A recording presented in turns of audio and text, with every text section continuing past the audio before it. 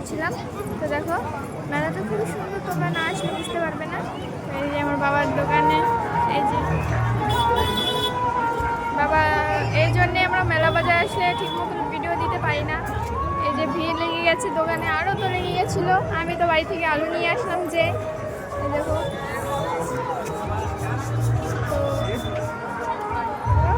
বাবা ফুচকা দিচ্ছে, বাবা ঠিক আমি ভিডিও করছি।